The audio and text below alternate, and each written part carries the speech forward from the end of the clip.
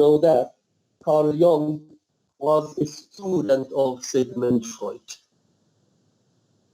Yes, and he broke with, i.e. he left Freud, he broke with Freud because he didn't agree with Freud's philosophy that focuses mainly on the sexual drives of man. Okay, so he had, or Carl Jung has his own philosophy of the unconscious, and he has his own philosophy of psychoanalysis. We will discuss this in detail when we come to discussing the archetypal approach to literature. Now I will discuss the mythological approach. Okay?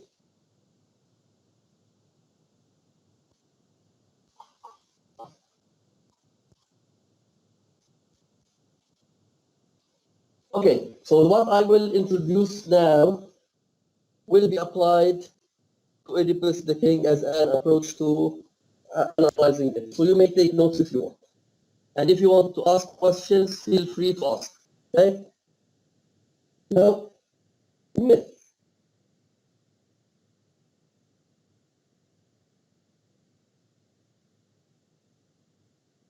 Okay, so myth is a collection of stories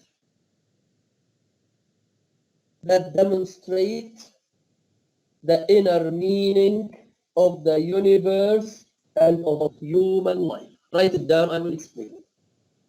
Myth is a collection of stories that demonstrate, reflect the inner meaning of the universe and of human life. In other words, through myth, we understand the needs, the aspirations of humanity in general. So the myth of fertility reflects man's need to live in a world where fertility flourishes. Okay? So the myth reflects the inner hankerings, the inner aspirations of human beings. So a myth is not only a story that is addressed to children. It is not only written to entertain people. No, myth deals with the inner self of man. So through myths, we can understand the basic needs, the basic drives, the basic aspirations of human beings. And these aspirations may be suppressed in the unconscious. These aspirations may be suppressed in the unconscious. So in this case, writers reflect the aspirations of people through myths, through mythical characters.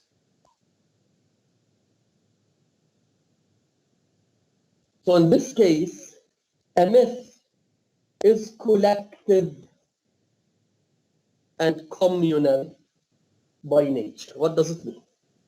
So here it means that myth doesn't deal with personal issues, i.e. a myth doesn't deal with my own aspirations.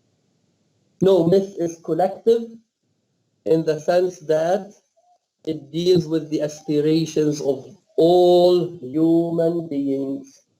So this is the meaning of myth is collective and communal by nature. Communal is derived from community. Yes, so myth reflects the needs of the human community.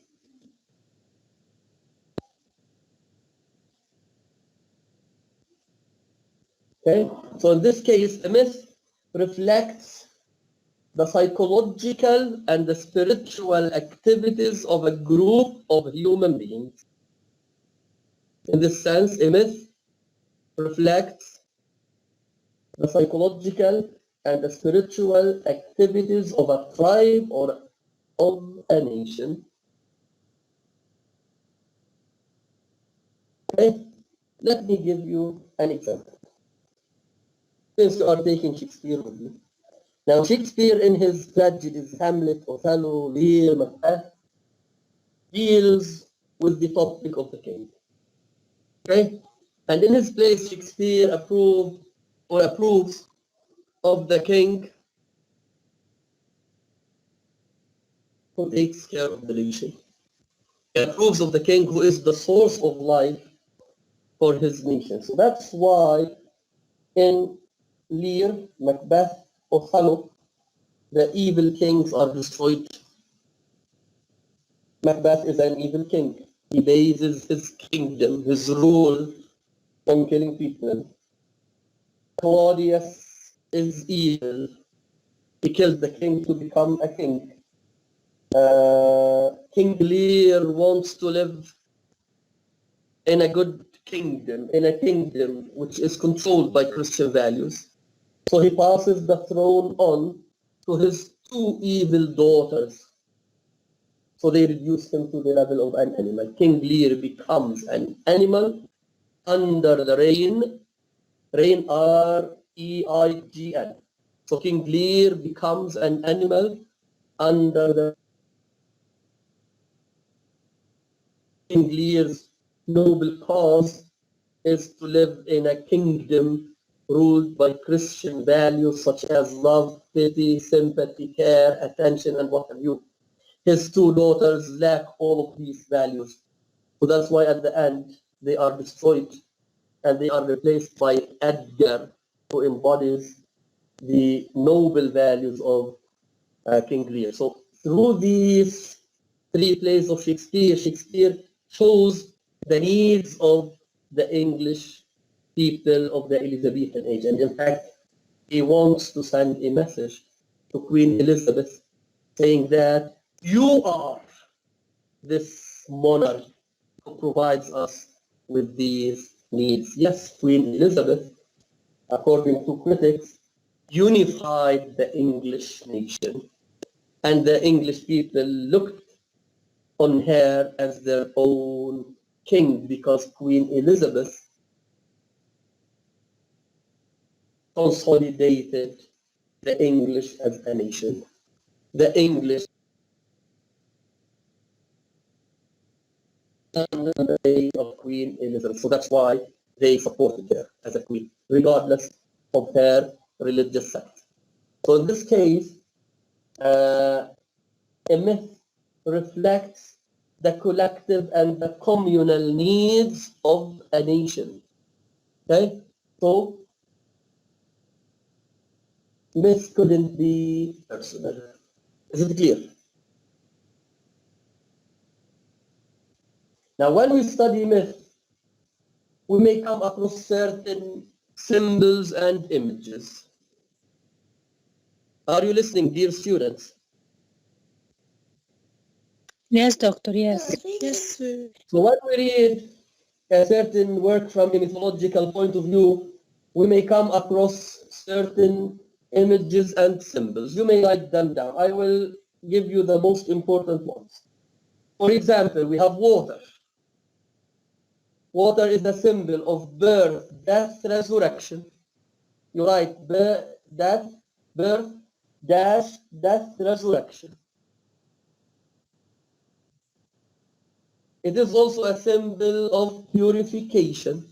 Yes, the Christians use the baptismal water to purge their children of the original sin. Baptismal, B-A-P-T-I-S-M-A-L. So water here is a symbol of spiritual purification. Water is also a symbol of fertility and growth. According to Carl Jung, Jung J, you write Jung J, U, N, G. It is a German name. That's why the J is pronounced yeah. Okay? According to Carl Jung, water is a symbol of the unconscious. Yes, it could be a symbol of the unconscious. So that's why the sea in the rhyme of the ancient mariner is a symbol of the collective unconscious of the mariner. Yes.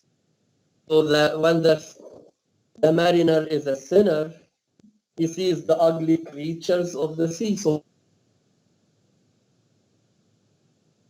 of the mariner's evil nature, which is also symbolic of the evil nature of all men.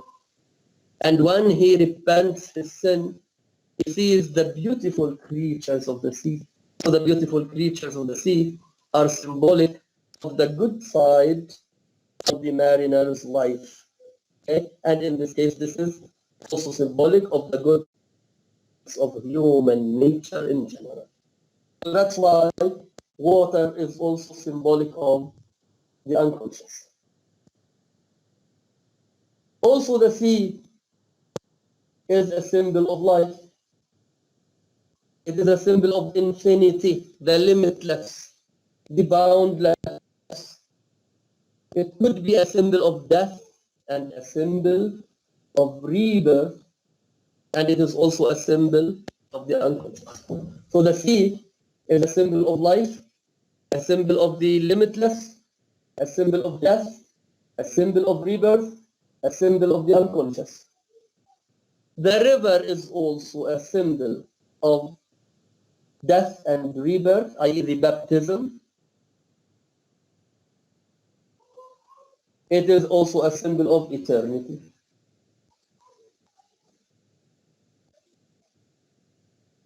Now you have sun. The sun, S-U-N, is a symbol of energy. It is a symbol of life. It is a symbol of enlightenment. It is a symbol of enlightenment.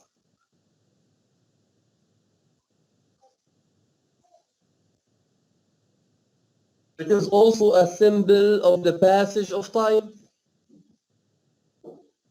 It is a symbol of the passage of time. Okay? For example, the rising sun is a symbol of birth. The rising sun is a symbol of birth. It is also a symbol of creation. It is a symbol of enlightenment. While the setting is death. The setting sun means that we always associate the setting sun with death. Now we have certain colors that we have to focus on. You have red.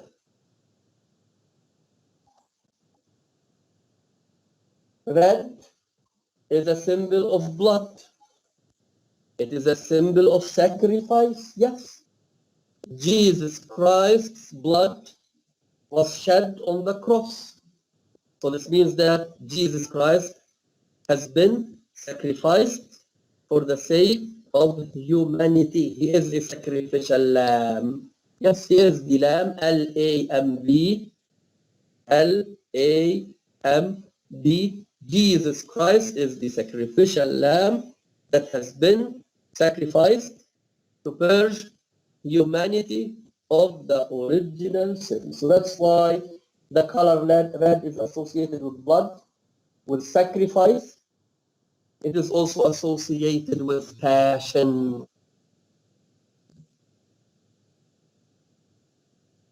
Yes, love. You have the green color. Green is a symbol of growth, of fertility. It is a symbol of hope. Okay? So these are the positive meanings of green. So the positive meanings of green are growth, fertility, hope. But it also has a negative meaning. It means in some texts or contexts, death and decay. Decay, D-E-C-A-Y. Decay, D-E-C-A-Y.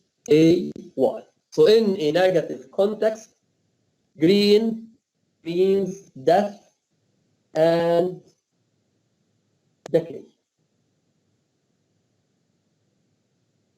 Blue, the color blue. Blue is associated with security, security. Spiritual purity. Yes, it is the color of Virgin Mary. Blue is associated with security, with spiritual purity. That's why we call it the color of Virgin Mary. Black is associated with darkness, with the unknown. It is associated with death. And sometimes it is associated with the unconscious.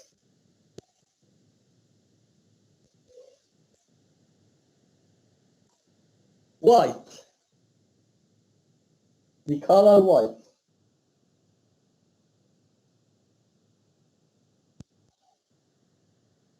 It has a positive meaning. It is symbolic of light, purity. Okay? So it has a positive meaning. In this case, it means light, purity, and innocence. But it also has negative aspects. Okay? It has negative aspects. In other words, in some contexts, white is a symbol of death, a symbol of terror, terror, T-E-R-R-O-R. It is a symbol of death, a symbol of terror, and a symbol of the supernatural. This is the significance of the colors. You have red, green, blue, black, white. It is enough. Okay? Now we have the circle. The circle. The circle is a symbol of unity. Unity. So when you have a circle in a mythological text, it may mean unity, wholeness, i.e. something which is a whole.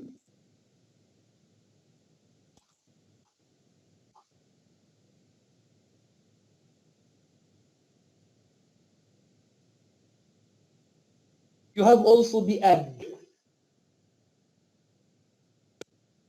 The egg is a symbol of life and the forces of generation. Write it down, I will explain.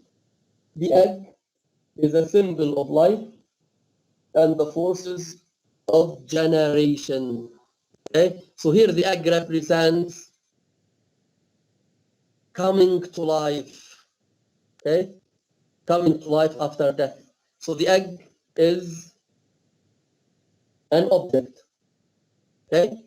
So it leads to life. So here the egg is associated with a new life.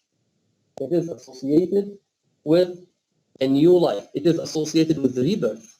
So that's why Christians use eggs at Easter Day. So the egg is symbolic of the rebirth of Jesus Christ, i.e. coming back to life from the dead.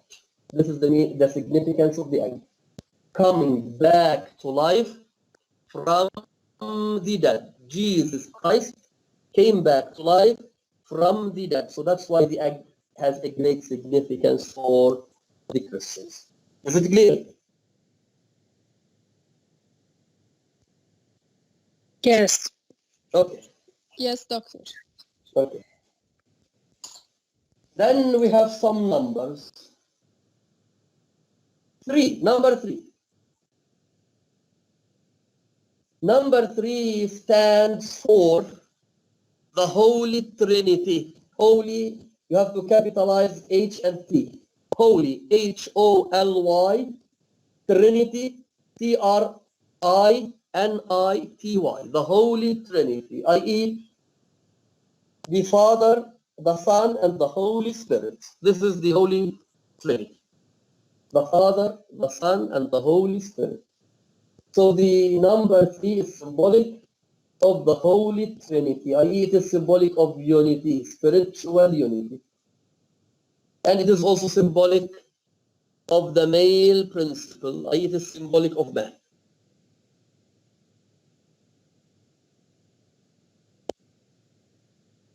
Number 4 is associated with life cycle. Number 4 is associated with life cycle, i.e. it is associated with 4 seasons: spring, summer, autumn, winter. Spring, i.e. rebirth, the beginning of life. Summer, maturity. Winter, ripeness. Autumn, ripeness. Winter, death. So this is the cycle of life. The beginning of life, maturity, ripeness, ripeness, ripeness, and finally death. So number 4 is associated with life cycle, i.e. with the 4 seasons. It is also associated with the 4 elements. It is also associated with the 4 elements, i.e.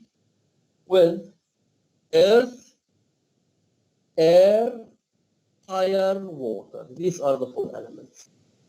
Number 4 is also associated with the 4 elements, i.e. earth, air, fire, water.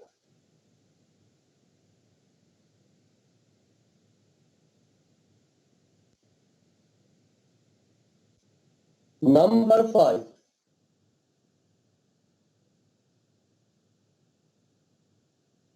Number 5 is symbolic of integration. It is symbolic of integration. integration. What does it mean? Here integration means the human body, in other words. The integration of the human body. i.e. the 4 limbs, i.e. the 2 hands, the legs, and the head. The 4 limbs and the head that controls the 4 limbs. Limbs, L-I-M-B-S. L-I-M-B-S. Okay? So number 5 stands for integration, i.e. the 4 limbs, i.e. the hands, the legs, and the head that controls the hands and the legs. So this is the meaning of integration. Number 7.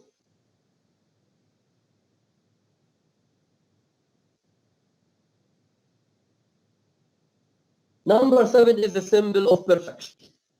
Perfect order. God created the universe in 7 days. Okay? So number 7 indicates perfection. It indicates completion.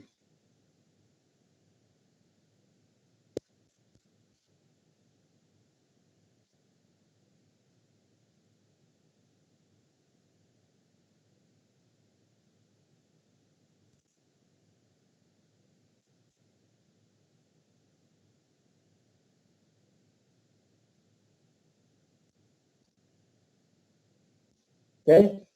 In addition to these, we are done with numbers. Now we have the archetypal woman. Write it down, please. The archetypal woman.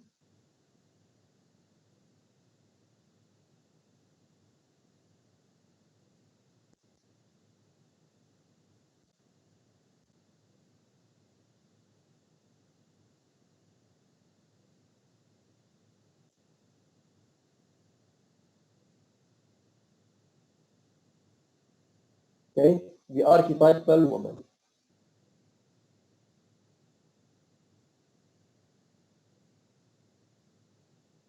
Under the archetypal woman, we have 2 types. The good mother. Write it down. Number 1, the good mother.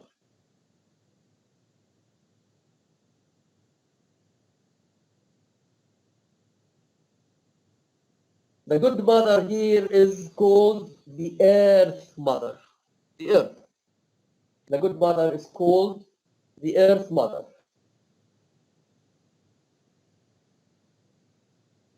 Okay? So the Earth Mother is associated with birth, with life, with protection, with fertility. The Earth Mother is associated with life, with birth, with fertility, with fertility, with protection, with growth. Number two, you have the terrible mother. Okay, the terrible mother. So this is a symbol of evil. The terrible mother. This is a symbol of evil.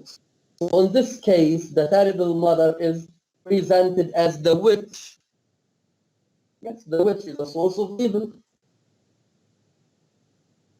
You may have the whore, i.e. the prostitute.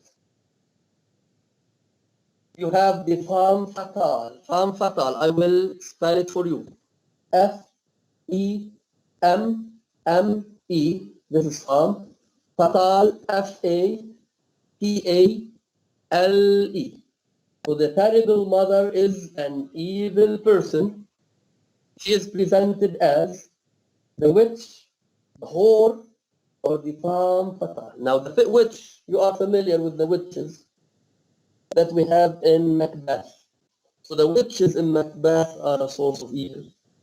They are the supernatural powers that have led Macbeth astray, i.e. they misled him.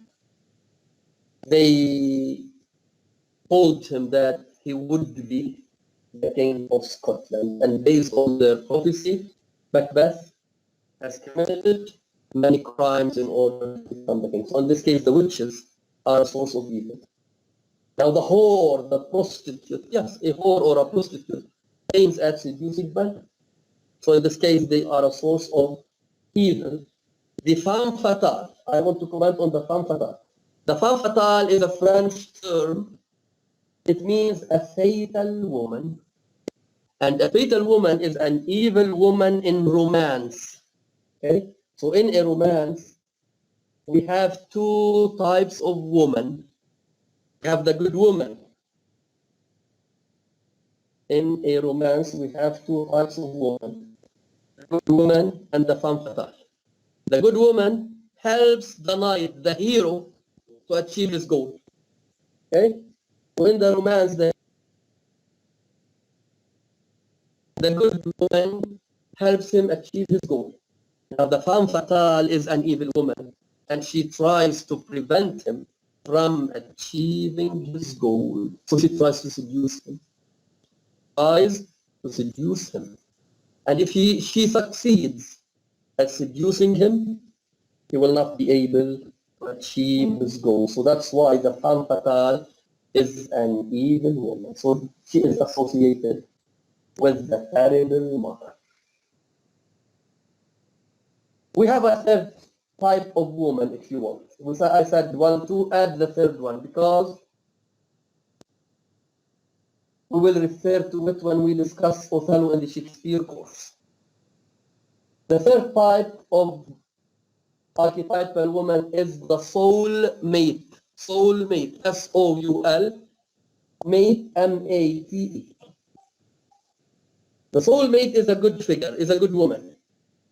She represents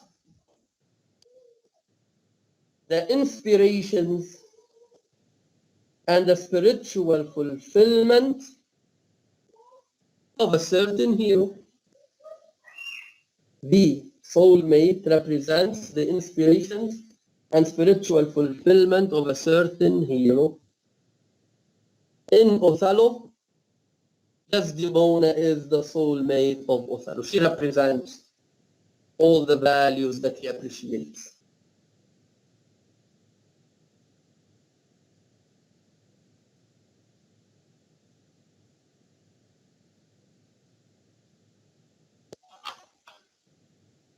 Okay, the garden, another image or symbol. The garden could be symbolic of paradise, innocence, fertility. Okay, the garden is symbolic of paradise, innocence, fertility.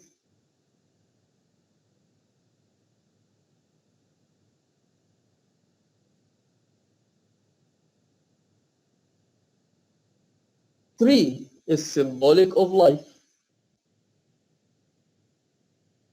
Desert, D-E-S-E-R-T, desert. The desert is symbolic of death. Death, yes. Hopelessness, i.e. lack of hope.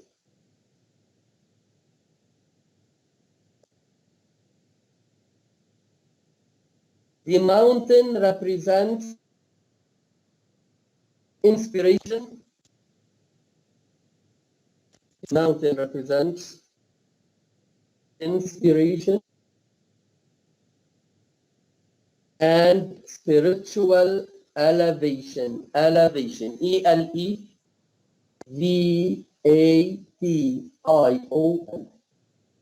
The mountain represents inspiration and spiritual elevation. Okay, I will give you an example of the significance of the mountain. Now, in Oedipus the king, the prophet goes to the Olympian mountain, which is the place of the gods. So in that place, there is a temple for Apollo. The prophet goes to the temple to know the reason for the sterility that the city suffers from. And Apollo tells the prophet that there is a certain person who committed a sin, and this sin has inflicted suffering, sterility on the city. Okay? So in this case, the prophet goes to the mountain to get inspired by the Greek god Apollo. So this is the meaning of the mountain as a symbol of inspiration and spiritual elevation. Is it clear?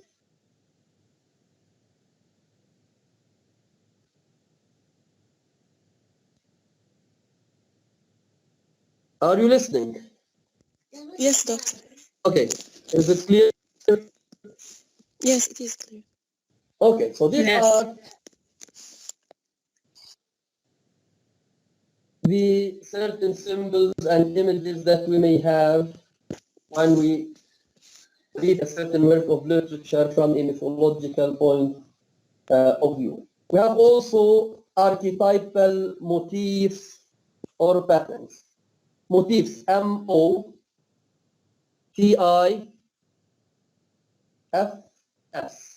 Motif here means pattern.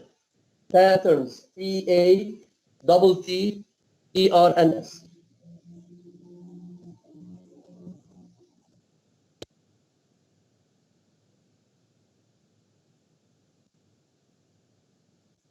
Okay. Now, some of the archetypal motifs, i.e., a motif is a myth, in other words.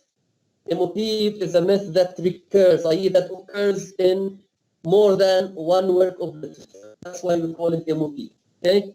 A motif is a theme that occurs in more than one work of literature, and sometimes it occurs in the same work of literature more than once. So that's why we call it a motif. Okay? So some of the archetypal motifs are creation, i.e., the creation of the universe. So many myths deal with the theme of the creation of the universe. Many myths deal with the creation of the universe.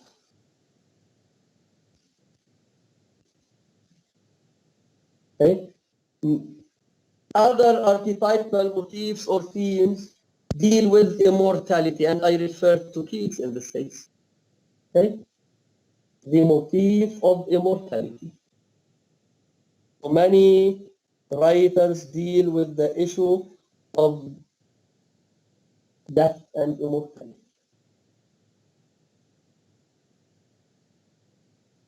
Another motif is the hero archetype. The hero. So the hero here is a symbol of transformation, i.e., a symbol of change, a symbol of redemption. a symbol of redemption. Redemption is spelled R-E-D-E-M-P-T-I-O-N, and the verb is redeem. The verb is redeem. R-E-D-E-E-M. So the redemption is derived from the verb redeem, and redeem here means to save. So here we have the archetype of the hero, who is a source of transformation and redemption. And you have many examples here. Okay? So the hero has a quest, i.e. a goal, a cause. So Jesus Christ is a hero. He has a quest. And his quest is to purge humanity of the original sin. His quest is to establish God's kingdom on earth. Yes, Jesus Christ is a hero, is a tragic hero, in other words, who has a certain quest. His quest is to create, to establish God's kingdom on earth. So he has a quest. So this is the meaning of quest, i.e. a noble cause. So he has a noble cause, and he tries to achieve this cause. Okay? So as a result, he goes on a journey, if you want. He goes on a certain mission to achieve his goal. At the end, he is destroyed. That's why the hero is called a sacrificial scapegoat. Okay, scapegoat has the same meaning as sacrificial lamb. I will spell it to you. Sacrificial, S-A-C-R-I-F-I-C-I-A-L,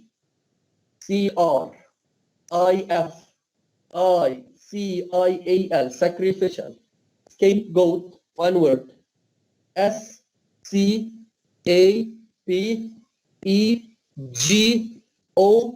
He is a sacrificial scapegoat, i.e., he dies for the sake of his nation.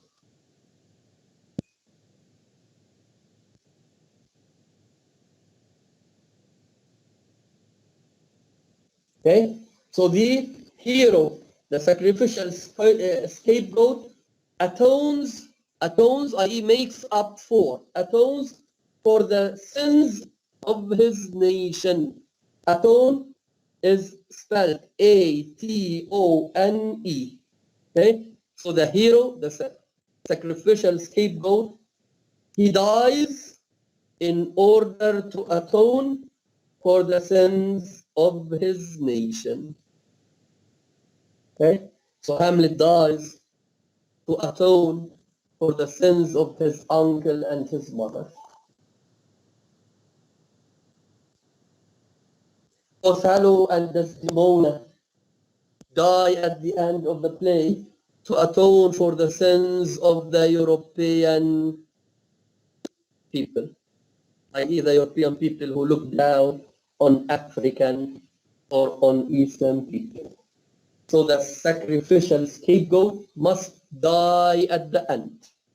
And he dies to atone for the sins of his nation. To atone for is similar to make up for. Okay? So he, in other words, does penance for the sins of his nation. Penance, P-E-N-A-N-C-E. He does penance for the sins of his nation.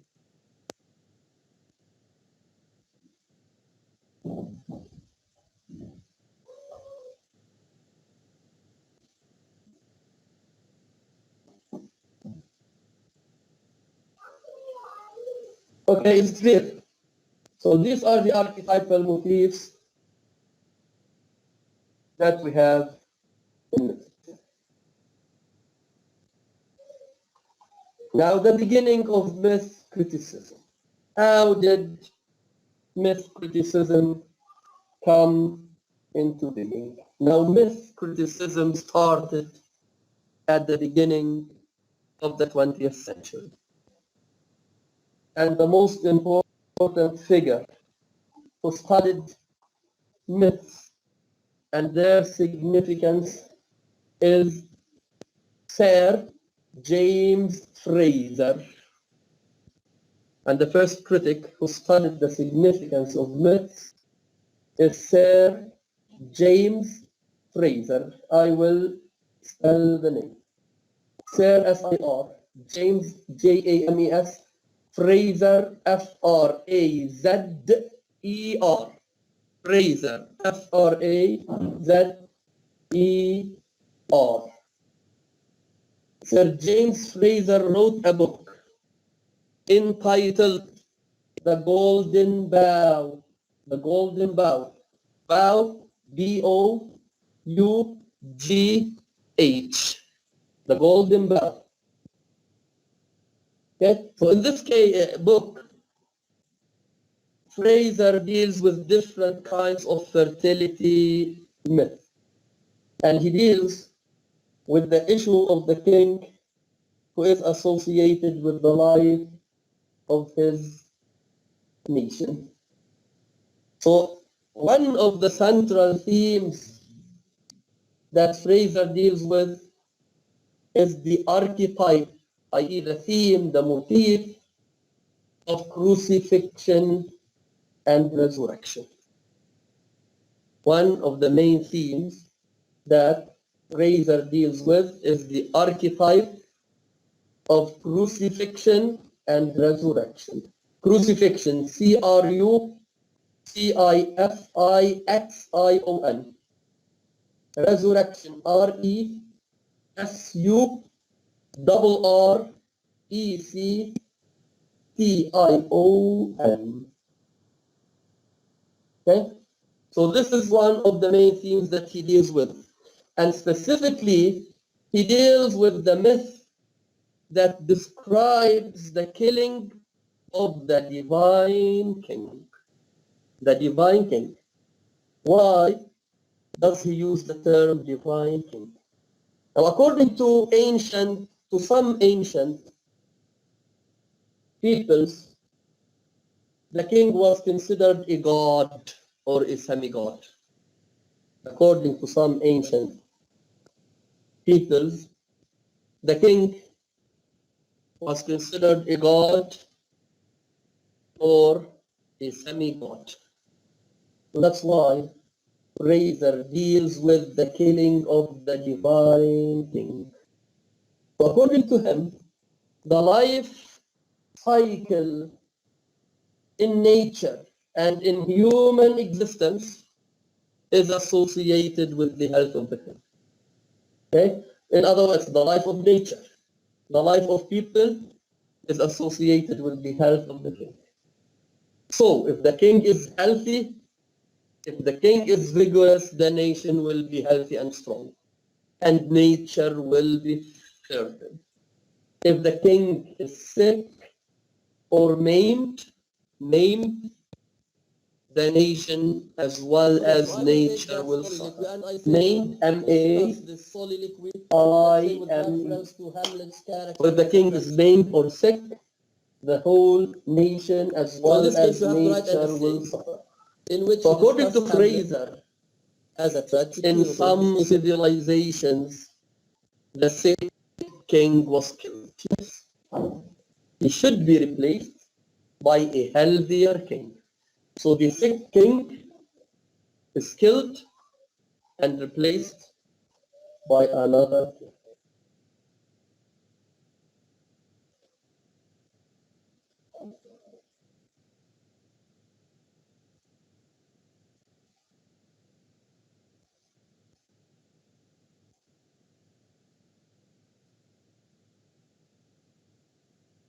Okay? So the healthy king will bring life, fertility to the nation and to nature. The sick king will bring blight and disease to the land and its people. Blight, B-L-I-G-T. The sick king will bring blight and disease to the land and to its people. Okay, that's why Shakespeare uses the imagery of the disease in his plays. That's why he uses also the plant imagery in his plays. Okay?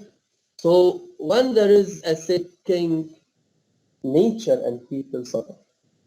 In Macbeth, after Duncan is killed by Macbeth, the nature condemns the crime. So day has become night. So darkness envelops the whole country. So this is a condemnation of the crime. The horses of the king of Duncan, in other words, kill each other. They eat each other. So this is a reversal of the natural order. So any disorder at the level of the king will lead to disorder at the level of the state, and it will also lead to disorder at the level of nature. Okay, so that's why Shakespeare draws a lot on plant imagery and disease imagery in his plays. So the disease that he discusses in the plays refers to the disease or to the moral disease of the king, and the plant imagery refers either to, in other words, it refers to natural sterility, which in its turn refers to sterility at the level of man. So in Denmark, the weeds control the garden. So the garden is a source of life, is a symbol of life, is a symbol of beauty. The weeds are a symbol of ugliness, a symbol of the destruction of life. So when the weeds control the garden, it means that Denmark has become a garden controlled by weeds, i.e. by unnecessary plants. So this garden needs to be restored. So it has to be replanted by killing the source of sterility.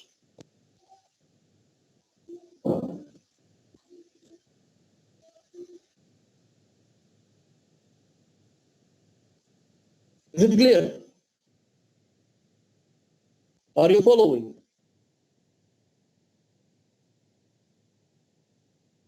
Is it Yes, clear? doctor, yes. Uh,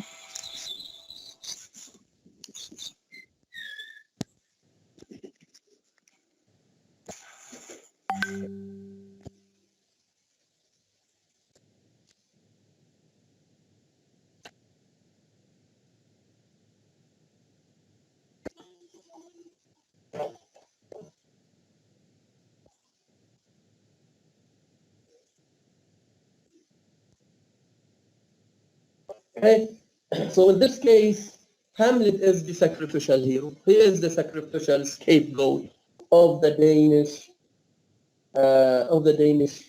kingdom. Yes, his noble cause is to restore the social order into Denmark, and his duty is to be sacrificed for the sake of the nation. So after he destroys the source of evil, he dies. And that's why myth critics say that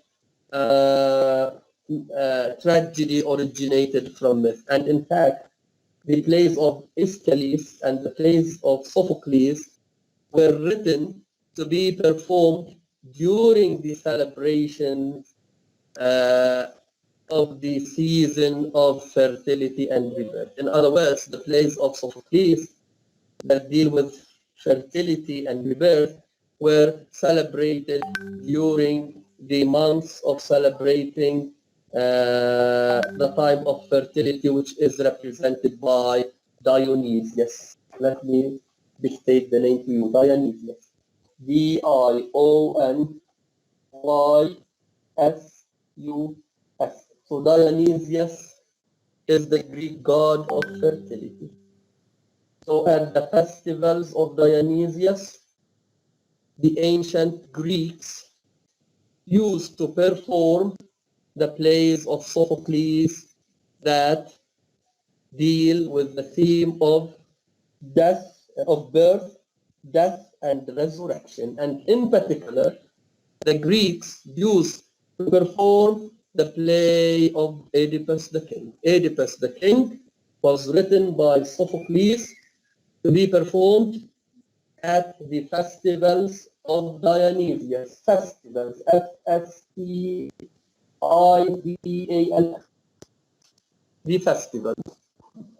Oedipus, the king, was celebrated by the Greeks during the festivals of Dionysius, and the festivals of Dionysius used to celebrate the season of rebirth. Is it clear?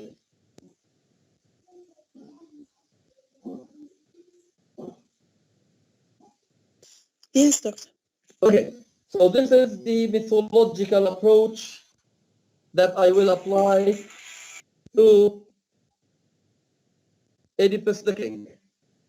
So try to get the play, read it. It is not that long. I think it is 40 pages long. Uh,